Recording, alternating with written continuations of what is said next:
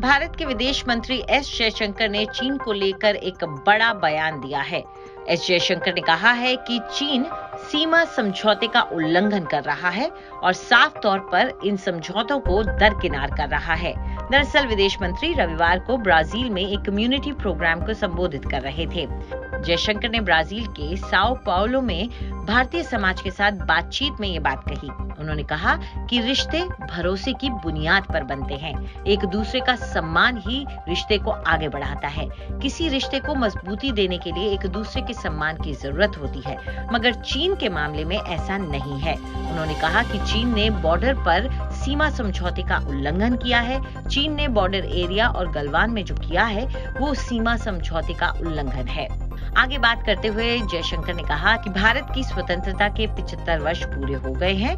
आज हम आजादी के 75 वर्ष पूरे होने का जश्न मना रहे हैं। देश का मिजाज बहुत आशावादी है। ये एक ऐसा भारत है जो बड़ी चीजों में सक्षम है। हमने यूक्रेन रूस संघर्ष के दौरान एक संगठित प्रयास के जरिए बड़ी संख्या में लोगों को बाहर निकाला है। आपको बता दें कि पूर्वी लद्दाख में चीन और भारत के बीच गतिरोध की स्थिति है। दोनों देशों की सेनाएं आमने सामने हैं। पहली बार दोनों पक्षों के बीच 15 जून 2020 को टकराव सामने आया था। उस वक्त पेंगोंग झील इलाके में हिंसक झड़प हुई थी। गतिरोध खत्म करने के लिए दोनों देशों के बीच अब एक 16 राउंड की कोर कमांडर लेवल की बातचीत पूरी हो चुकी है। हालांकि अब तक समाधान नहीं निकल सका है। वहीं इससे पहले बीते गुरुवार को विदेश मंत्री एस जयशंकर ने थाईलैंड दौरे के दौरान भारत और चीन के मौजूदा संबंधों को लेकर खुलकर बातचीत की थी।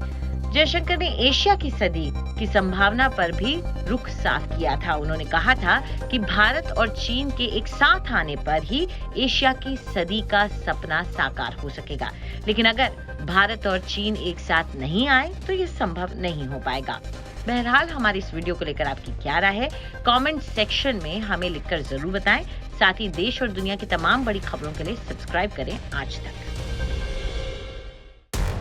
इस समय पूरी दुनिया में लोग कंफ्यूज्ड हैं।